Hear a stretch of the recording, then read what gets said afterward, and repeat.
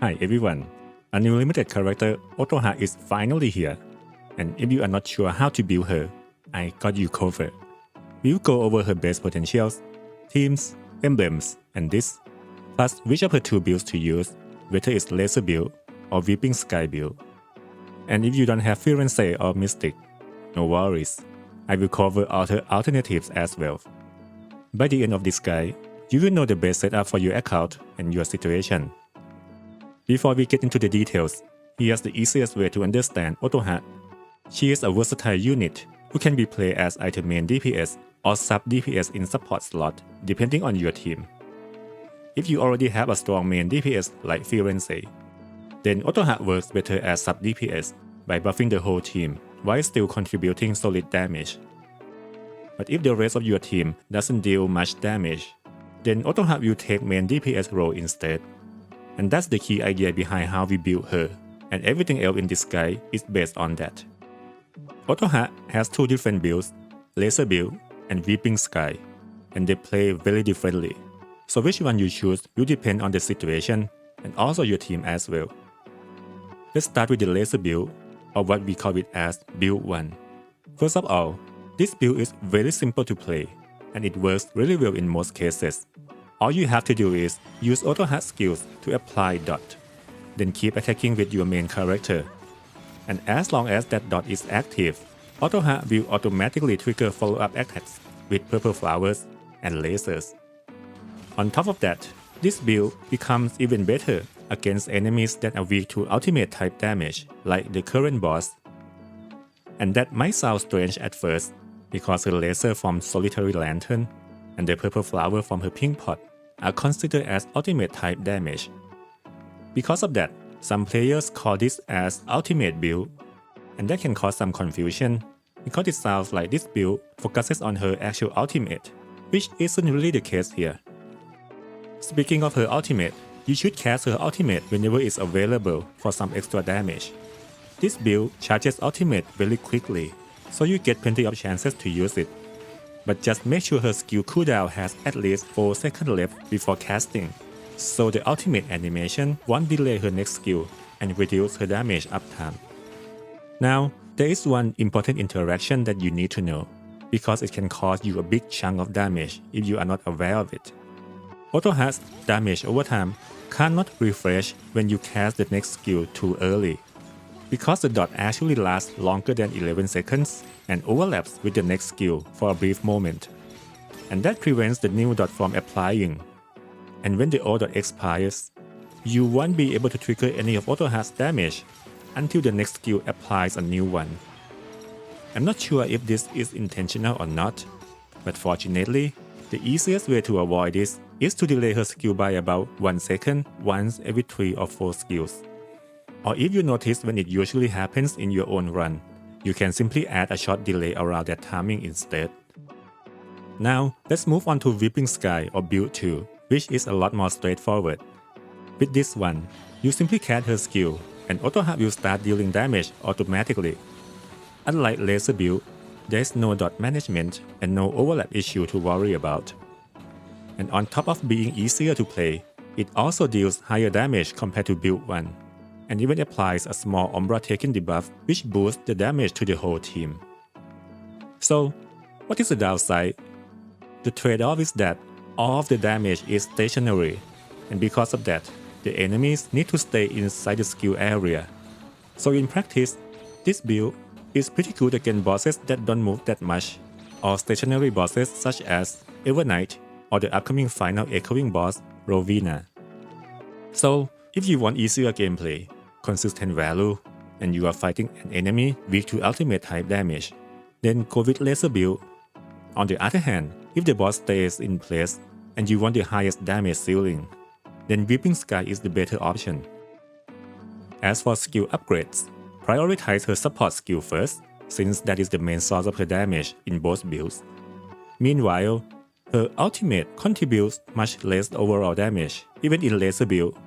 Because of that, level 4 or 7 breakpoints are good enough. Now let's take a look at which team you should run with Otoha, because it depends on who you already have on your account. If you have Firenze, you already have the strongest Umbra team in the game. In that case, whether you use Laser Build or Weeping Sky mostly depend on the matchup, just like I mentioned in the previous section. But overall, Build 2 will usually perform around 15% better than Build 1 in neutral environment. And if you don't have Firenze, but you do have Mistique, then you can run third team on the list. Also shout out to all of you in the comments helping me name these teams. Reading through all those suggestions genuinely give me a good laugh. Personally, I like Otomi because it actually fits Otoha and Mistique pretty well. But it looks like most of you prefer Firenze, so I guess I will go with that one. And that's probably because this team is slightly better than GwGwAwA. And that is true only if your account is new to Umbra and don't have many Umbra discs yet. On the other hand, if you already have strong Umbra discs like Firenze Signature or Mistique Signature, then the original Firenze team will start pulling ahead again.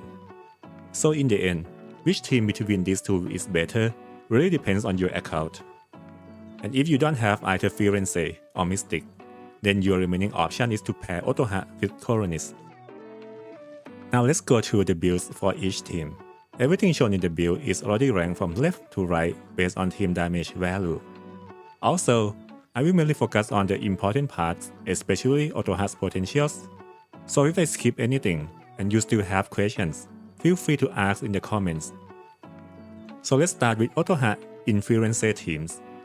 For laser build, you will want Solitary Lantern or the Laser Pot, since that makes up roughly half of Otoha's total damage. And after that, Devouring Shadow, because it gives a large team-wide damage boost through defense penetration. That said, this potential does have some limitation, and I will explain those later in the Emblem section. Then you will want Murmur of Annihilation for the team-wide Umbra damage buff, followed by Without a Trace for extra personal damage. For build 2, you only need to swap a few potentials.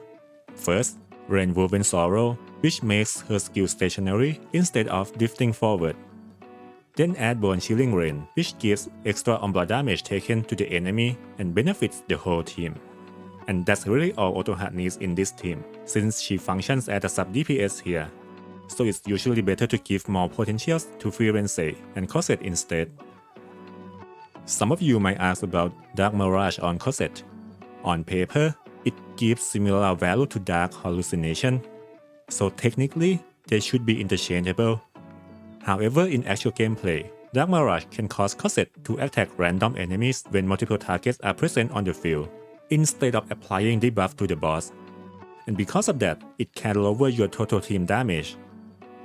So in general, I wouldn't recommend this pot unless you already know exactly how to play around it or have specific reasons for it. Before moving to the next teams, there is something that new players should know regarding team building. In this game, we sometimes run support characters in the main slot, and we do that for two reasons. First, some supports simply provide more value when played in the main slot. Second, some characters in the team prefer to be in the support slot, so a support character in that team has to move to the main slot instead. And the important part is that character still functions as a support, not as DPS. So if you don't have Firenze, you move Cosette to the main slot. She still supports the team, just from a different position. And if you'd like to see how that works in practice, you can check this T0 Otoha gameplay from Linga. Now let's talk about Firenze team. For this team, I recommend Laser Build. The reason is that Laser Build gives Otoha high crit rate, which works very well with Cosette's ping potential. Because this pot will reduce Cosette's skill cooldown when any friendly unit lands a critical hit. Meanwhile, because Otoha takes main DPS role here, you want to give her more DPS potentials like Hollow Steps or Silent Nail. And for Mistique, she takes a sub DPS role in this team. And if you want Otoha on build 2 in this team, you would need to change Cosette's ping potential and most of Otoha's potential to be the same as Coronis version that you will see after this. I didn't make build 2 here, because it has weaker synergy with Mistique. With our high crit rate from Laser Build, Cosette loses cooldown reduction and that hurts Mystique's damage. And finally, if you have neither Firenze nor Mistique, your last option is using Coronis to support Otoha with these potentials on the screen. Now let's move on to the emblems. Before we get into the recommendations, there is one important thing I want to clarify about Otoha's Death Pen from Devouring Shadow. This stat is not the same as Elemental Pen, and they work very differently. Devouring Shadow reduces a flat defense to the enemy, which means the value from Death Pen will start to fall off once the boss begins increasing its defense, starting around level 40 or roughly 110,000 score in this season. So from that point onward, flat defense reduction from this pot will become less effective. Meanwhile, this has no effect on Elemental Pen, so the value from this pen remains the same. With that out of the way, let's start with Otoha. These emblem priorities generally apply to her other teams as well, unless I mention otherwise. For laser build, her emblem values are mostly from level 90. The standout upgrades are Solitary Lantern and Without a Trace. So besides getting one Rainbow Pen or 2 Golden Pen, your priorities should be Support Skill plus 3 and at least Solitary Lantern plus 1. Both give solid value for the cost, especially Solitary Lantern, since upgrading it from level 6 to 7 doubles its crit rate bonus from 15% to 30%. After that, you can consider 30% ultimate damage for laser build, or 12% Umbra damage if you want something useful for both builds. Build 2 is almost the opposite. Here your first priority should be Support Skill plus 3, since her skill is the only source of the damage. After that, aim for Umbra Pen as usual, and then 20% skill damage. Since the emblem choice is much simpler and gives a solid value, this build is cheaper to optimize and also has a higher damage ceiling than laser build. Also, you do not need charge efficiency on Otoha in either build. For laser build, she already charges ultimate faster than her cooldown even without it. And for build 2, her ultimate contributes very little damage, so there is no reason to invest into it. For Firenze and Cosette, you can generally follow the list shown on the screen. Their priorities are fairly similar whether Otoha is using build 1 or build 2. That said, there are a few potentials worth mentioning. If you already have 3 C6 Umbra Disease on support slots, the value of Hunting Command drops to around 9%, which puts it close to place your bets. Also, if you are one of the top Firenze players who can squeeze maximum value from her ultimate, some of these recommendations may change, and I will talk a bit more about that later. Now let's move into this section. If you are new to my usual format, most discs shown here are C1, and if they are farmable, I will also include C6 version as well.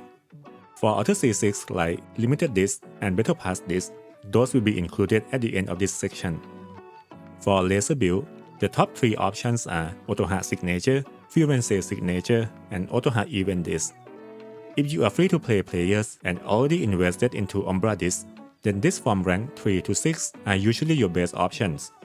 And if your account is new to Umbra, the half anniversary disc is also a solid choice. And if you are having trouble surviving on Firenze or whoever in the main slot, consider using the FE disc instead. It provides a small shield every 20 seconds, which can help mitigate some damage. For support disc, Firenze Signature ranks very high because the main DPS in this team is still Firenze, and she benefits greatly from it. But if you don't have Firenze in the team, then I wouldn't recommend using it. Also, some FE disc with ultimate damage as a base stat can be useful for Otoha's laser build as well. For build 2, it uses mostly the same main disc as laser build with one small difference. Otoha Event Disc moves up to rank 2, replacing Firenze Signature. And for support disc, Firenze Signature becomes the best option here, because both Firenze and Otoha on build 2 benefit from skill damage. So, should you pull Otoha Signature disc? If you compare it to the second best option for each build, the gap is around 10%. That might sound small at first, but it matters more than it seems. The reason is that, in this game, all 6 discs contribute to total team damage. So those small gaps stack together. And in general, signature discs are often around 5% ahead of second best option. So a 10% gap is actually quite big. Overall, I would say Otoha's signature disc has a very solid value compared to many previous limited discs. Whether you want to pull it or not, that part is now up to you.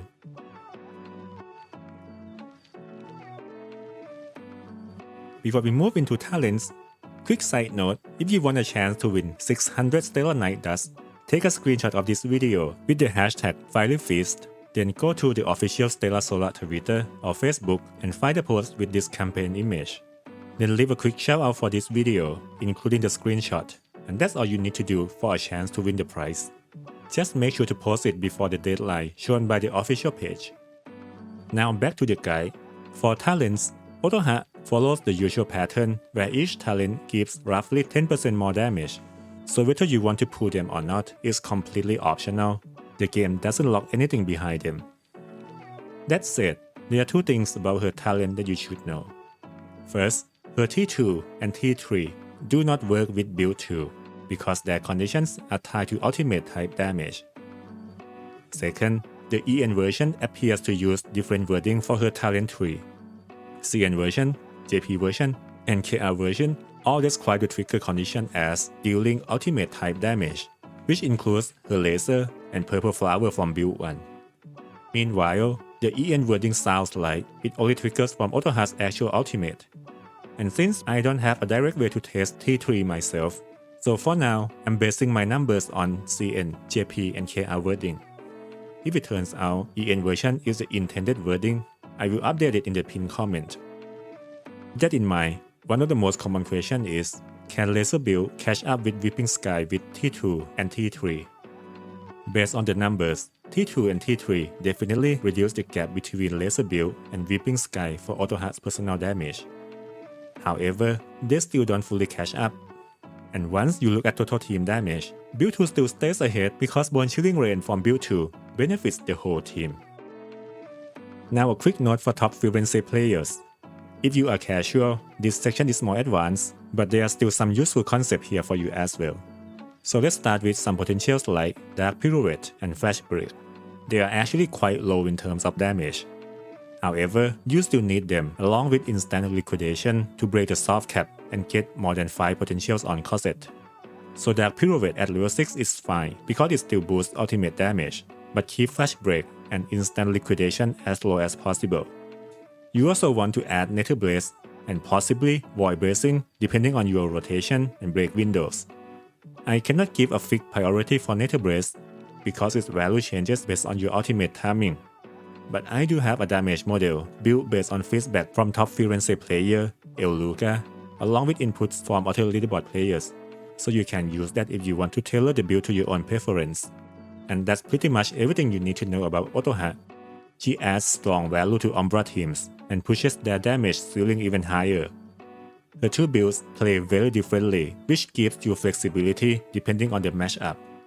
And even if you don't have Firenze, she still performs quite well with Cosette and Mistique. And if you decide to pull her signature disc, it is a strong choice with a solid value. Before we wrap it up, I also want to give a few shoutouts. Big thanks to all Mistique mains who helped with this guide. Thanks again to Morph for helping with the numbers. And huge thanks to Soul for making this damage sheet and improving it every single day. And that wraps up my full guide for Otoha. Hopefully, this gives you a clear direction for her builds, teams, and overall value. If there's anything else you would like me to cover, let me know in the comment. I read through all of them.